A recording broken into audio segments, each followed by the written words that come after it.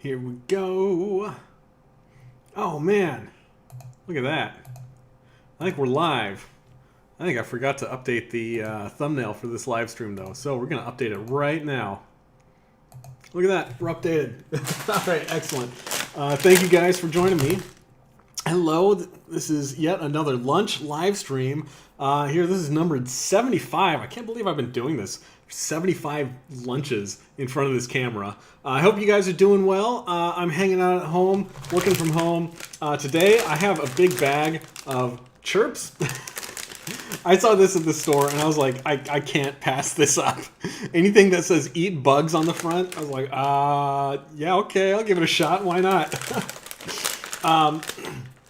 So these are apparently chips that incorporate cricket powder. So if I look at the ingredients, crickets are actually kind of low down on the ingredients list. We got a couple of things ahead of it. These are stone ground corn, so obviously they're corn chips, with some Ohio Lake sunflower oil and some cricket powder, some pea flour, chia seeds, etc., etc. Lots of crazy stuff in here. But crickets, bugs, I think that they're like kind of the new fangled thing, and having a really sustainable source of food, sustainable source of protein. And I have actually had foods with crickets in them before, so I'm looking forward to how these taste. There we go. Look at that. They smell a little bit strange. Let's pour these guys out into a bowl. They do look a little bit strange, kind of like halfway between a chip and a cracker.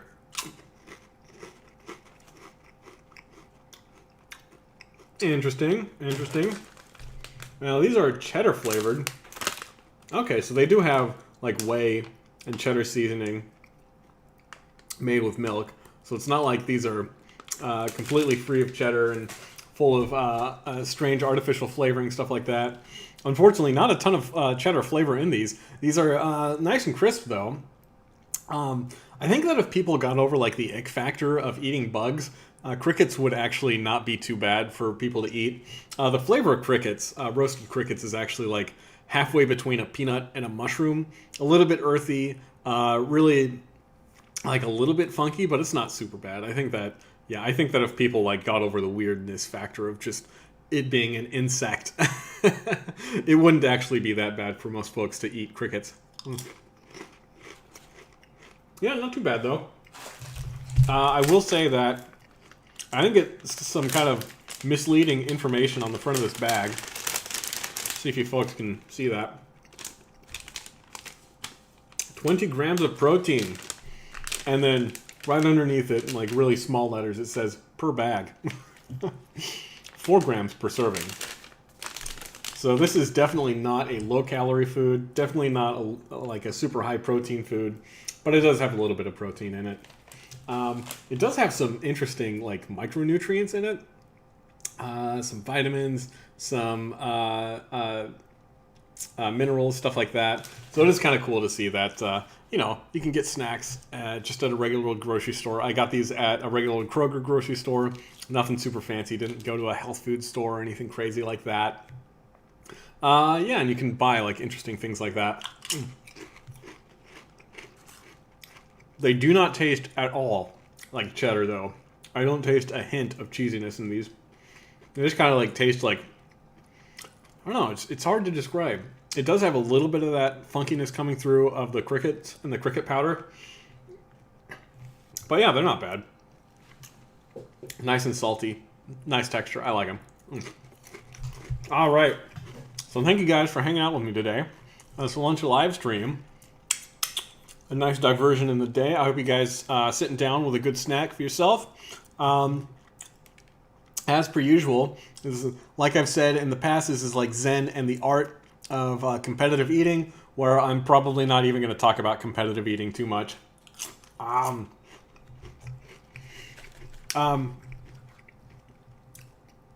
I've seen some really strange like news articles and stuff like that going around of people trying to convince folks in their social media circles of things that they might not be expert on, people trying to convince other folks that of certain facts, of certain viruses, for example, certain pandemic conditions might be overestimated, certain unscientific facts about the efficacy of wearing different masks, things along those lines. And it got me thinking about this interesting psychological effect called the Dunning-Kruger Effect. So I thought it'd be cool to talk about that and a couple of other like weird psychological effects that kind of like have these strange cognitive effects in people's minds. And it's interesting to know, like it's the kind of thing that's like interesting to know, and you always think that, oh, I'm different. I'm a special snowflake who's going to be unaffected by things like this. But if you like really examine yourself and your own actions, you realize that no, it affects everybody. So what is the Dunning-Kruger effect? It is this really strange effect where the overall like super high level explanation of it is that the Dunning-Kruger effect is basically like you have a great distrust for anybody who has like credentials to back up the statements that they make, and you actually feel that people who are less credentialed and less like less of an authority on a subject should be trusted more than experts in a field like that. So this is like the classic like getting medical advice from your friend on Facebook instead of from your doctor, from medical professionals and stuff like that, silly stuff like that. First up, I see we got some folks in the chat. Thank you guys for joining me. AJ says, "Hey Steve, how you doing?" I'm doing great. Says, "I'm glad the chips don't have any antennae." Lol. Yep. I mean, it's kind of strange that here in America, eating bugs, of course, is like kind of a taboo thing. But in other places in the world, like roasted crickets, roasted locusts, like it's a perfectly normal snack for people to have. So yeah, not bad at all. No antennae. It's pretty well powdered and fine ground, stuff like that. Eric Gunnarsson says, "Any crisps with ant flavor?" Or is that ant flour, maybe? I don't know. That's kind of a strange spelling. I've heard of ant flour before, or black ant powder, and I've heard that it has a ton of interesting nutrients in it. So it's jam-packed with minerals and nutrients. And it is something that I'd like to try. But no ant flour. These are cricket flour chips. Okay. Anyway, Dunning-Kruger effect. Strange stuff. So it is a cognitive bias in which people with low ability at a task overestimate their ability. It is related to the cognitive bias of illusory superiority and comes from the inability of people to recognize their own lack of ability. Without the self-awareness of metacognition, people cannot objectively evaluate their competence or incompetence. As described by social psychologists David Dunning and Justin Kruger, the bias results from an internal illusion of people with low ability and from an external misconception of people of high ability. That is, the miscalibration of the incompetent stems from an error about the self, whereas the miscalibration of the highly competent stems from an error about others. So, I mean, it's just silly. Like, anytime I see somebody, online trying to say that, like, you shouldn't trust the CDC because they're experts or something like that, it's just like, do you even hear yourself? Do you really understand exactly what it is you're saying? Like, I hope that more people become aware of the Dunning-Kruger effect and just the silliness with what it is. Oh my goodness. Let me read a little bit more about this because I find the Dunning-Kruger effect absolutely fascinating. How like somebody's incompetence actually makes them more confident in their ability to do something or to like have relevance in stuff that they're saying. So let's see. The psychological phenomenon of illusory superiority was identified in the form of cognitive bias in Kruger and Dunning's 1999 study. Unskilled and unaware of it, how difficulties in recognizing one's own incompetence led to inflated self assessments the identification derived from the cognitive bias evidence in criminal cases of MacArthur Wheeler, yada yada yada, who robbed 2 banks while his face was covered with lemon juice, which he believed would make it invisible to surveillance cameras. Oh my goodness. This belief was based on his misunderstanding of chemical properties of lemon juice as an invisible ink. Oh my goodness, that is totally bananas. Other investigations of the phenomenon, such as why people fail to recognize their own incompetence, indicate that much of incorrect self-assessment of competence derives from the person's ignorance of a given activity's standards of performance. Dunning and Kruger's research also indicates that training in a task, such as solving a logic puzzle, increases people's ability to accurately evaluate how good they are at it.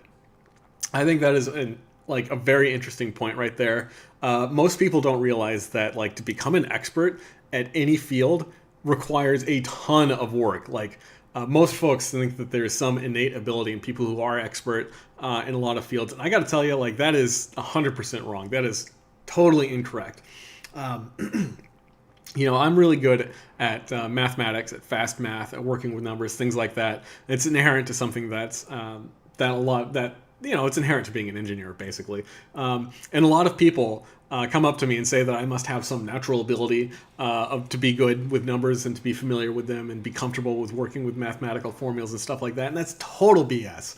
I'm good at math because I spent friggin' hours and hours and countless thousands of hours poring over math books and reading about calculus and working on trigonometry and understanding algebra and all these strange, complex, convoluted, all these weird concepts in mathematics that's just so abstract and so bizarre. And I spent so long baffled by it all. And it's I got to be good at math by working really friggin' hard at it. So anybody who tries to basically out math me, I just kind of think oh, that's adorable. Go ahead, give it your best shot, Oh my goodness. So hopefully I don't have Dunning-Kruger effect with my own ability with mathematics. I feel like the fact that I have an engineering degree with a minor in mathematics gives me some credentials to say that I am actually pretty good at it. Oh my goodness. All right, catching up on some of these questions in the chat. There we go. Let's get rid of that big screen right there. Eric Gunnarsson asks, are you familiar with Stockholm Syndrome? I am familiar with it. Kind of familiar with it. I don't know a whole lot about it, but I am familiar with it. Stockholm Syndrome is basically somebody who's captured. I think the really hand-wavy explanation, somebody who's kidnapped will sometimes befriend their kidnapper or fall in love with their kidnapper in extreme circumstances. That's basically what Stockholm Syndrome is. I don't know a ton about it, though. Isaiah B says there's also the reverse. I believe that's Isaiah. I'm sorry if I'm mispronouncing your name. It may be Ize? I don't know. You'll have to let me know how to pronounce that. It says there's also the reverse. The more people got good at a subject and research it, the more they're likely to realize they know quote unquote nothing about it. So they have a low opinion of themselves. Yes, that is exactly true. And I did actually want to touch on that one in a bit. AJ, thank you for commenting yet again. Always good to see it speaking up in the chat. It says, I think I might be able to apply this topic to someone at the Oval Office, right? Maybe. I don't know. Maybe. I think our the fellow in the Oval Office right now might have some other things going on. I don't know if Dunning-Kruger Effect is one of them. Maybe it's one of them. Yeah, I don't think that Donald Trump actually has a misconception about his own abilities. He's just such an arrogant blowhard. I think he's just really arrogant. I think that he knows his lane, and he's just so arrogant that he's not willing to admit that he doesn't know something.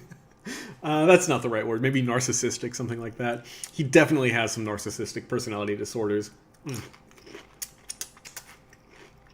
I heard that a book was recently published by, I believe, his niece. I think Donald Trump's niece, something like that. But somebody in his extended family. It kind of explains how Donald Trump grew up in like the situations in which he grew up where he developed these kind of strange personality disorders.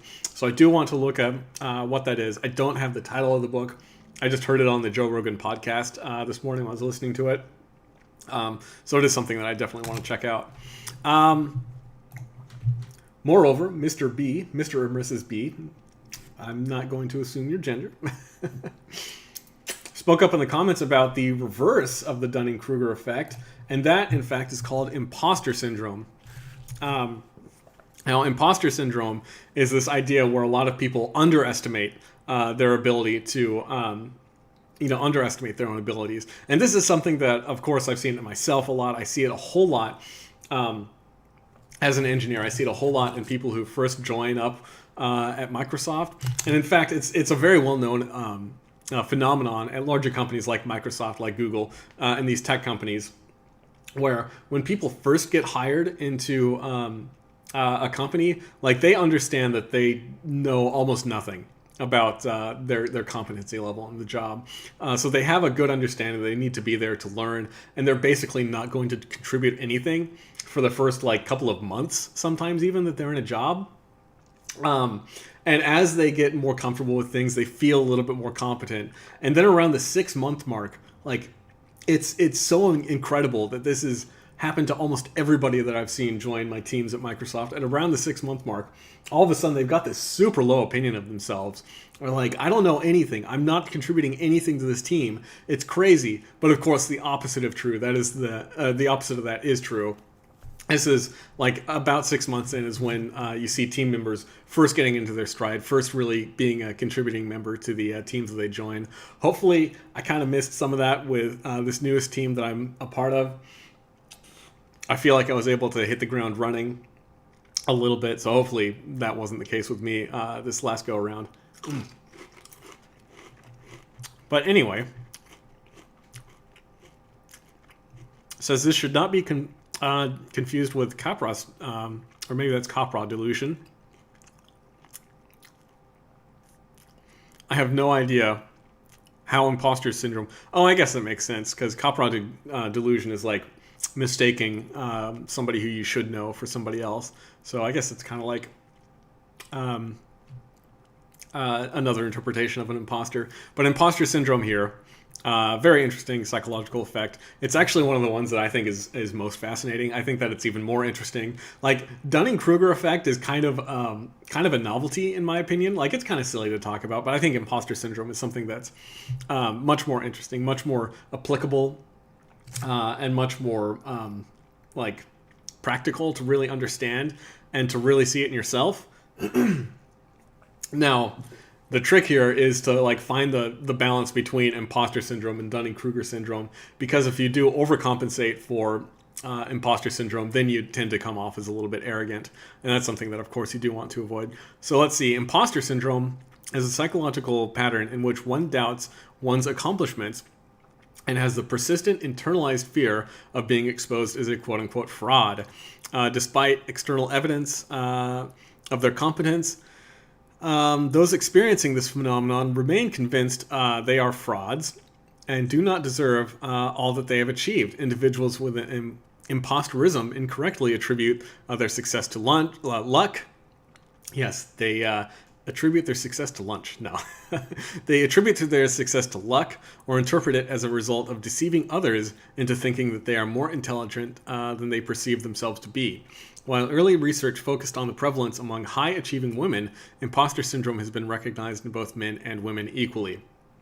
I mean, big thing here. I see, as an engineer, I don't see a ton of women in engineering roles, which is it's really unfortunate. But when I do see women in engineering roles, it is unfortunate that I see them being a little bit more demure, like not having the kind of confidence that I feel like they should have. So anytime I see that, I try to kind of like carve out a little space and say, hey, try to like, yeah, just try to encourage them a little bit. Be a little bit more outgoing with your ideas. Try to speak up a little bit more. Don't feel like you need to sit down and be quiet when you're in a room with a lot more senior individuals in the room. So it is something that definitely affects a lot of people. I will say that on the subject of gender, like it is kind of interesting to see that in video games in particular. If you look at game studios and game projects that are headed by women, such as the one that I'm currently a part of, they tend to actually do better than ones that are, have a higher success rate than the ones that are headed by men. So there are lots of reasons why that might be, but interesting stuff there. So some other cool stuff about imposter syndrome. This is the first scale to, I'm reading this part right here. The first scale to measure the characteristics of the imposter phenomenon was designed by Clance in 1985, called the Clance Imposter Phenomenon Scale, CIP. The scale can be utilized to determine the characteristics of fear are present and to what extent. The aspects include fear of evaluation, fear of not continuing success, and fear of not being capable as others. In 1985, Clance explained that the imposter phenomenon could be distinguished by the following 6 dimensions: the imposter cycle, the need to be special or the best, characteristics of Superman/Superwoman, fear of failure, denial of ability, and discounting of praise, feeling fear and guilt about success. So lots of interesting stuff there. I think that feeling guilt about success, that is one that's really interesting. And also, giving too much credit to other people who might have helped you along the way is something that I see quite a bit. It is cool to see that. Right now, I am getting my degree in electrical engineering, my master's degree in electrical engineering. It is interesting to see that there are a couple more women than I expected to be in that program. When I got my undergrad degree in computer engineering, there was exactly 0 women in that degree program. So it's good to see that there are, the male to female ratio in STEM fields is not as bad as it used to be. And in fact, there are some fields where the women outnumber the men, so that's good. Okay, moving on. Late is great, but this is not, I was not planning to talk so much about gender roles and gender biases and stuff like that in STEM fields. So, the 5 types of imposter syndrome, if I can get done chewing these very, very dry chips. Says, building up upon decades of research, Valerie Young further looked into the fraudulent feelings among high achievers. From her book, The Secret Thoughts of Successful Women, Why Capable People Suffer from the Imposter Syndrome, and How to Thrive in Spite of It. Good grief, that is a long title for a book. She was able to identify 5 subgroups this syndrome often falls into: the perfectionist, the Superwoman/Superman, the natural genius, the soloist, and the expert. Studies suggest that more than 70% of people experience the imposter syndrome at some point in their career. By identifying the above competency point, steps can be taken towards addressing it. So lots of interesting stuff when it comes to imposter syndrome. I think it's one of those things that everybody should know what imposter syndrome is. It's one of those ones that should just be taught in high school social sciences or something like that, just so that people can understand it and look at it. I was going to talk about a third one, but it looks like I'm running a little bit short on time. I've been at it for almost 25 minutes already, so a little over 20 minutes. So cool stuff. I think that people need to be aware of seeing imposter syndrome in themselves, and they need to be aware of seeing, recognizing Dunning-Kruger syndrome in other people. Oh my goodness. I see it so often, guys. It's so depressing when I see somebody, I saw somebody recently posted some observations, some statements made by a Lyft driver, a TNC driver, about how hospitals didn't seem to be overflowing with patients and stuff. And they took that as evidence that the coronavirus, COVID-19, was a giant hoax. And I was like, really? You're going to trust a Lyft driver? Really? Yeah, instead of trusting statisticians and medical experts and pandemic experts and stuff like that, you're going to trust a Lyft driver. Yeah, that sounds about right. just the utter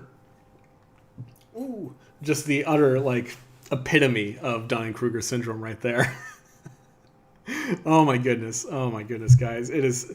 We live in such a strange world, such a weird world, where like anti-intellectualism is so rampant. I remember when I was a kid, like to be dumb, to be ignorant, to be stupid was seen as cool, you know, and to be the smart kid was like it was a guaranteed way to be unpopular and picked on when I was a kid. I really hope that's not the case nowadays. I hope that intelligence is seen as something to be proud of instead of something to be disdained, unlike it used to be. And unfortunately, I see those things from my childhood like blooming nowadays, where people just don't trust experts, which is absolutely ridiculous. I mean, like, you know, some people say that point to the inconveniences of the COVID-19 lockdowns and pandemic stuff like that, and point to them and say, like, look at all these fat cats in the CDC and all these doctors who are benefiting and making fat stacks off of the pandemic. It's like, do you have any idea how hard scientists and medical doctors had to work to get to the point where they are? Like, if they were in it for the money, they are going about it the wrong way. They are taking the hard road to get rich. There are so many easier ways to get rich than spending 20 years after high school still in school to establish yourself in the scientific or the medical community. Like, it's just absurd. Oh my goodness, guys. I don't think that that's anybody in this audience. I highly doubt that anybody who's ever going to watch this falls into that category.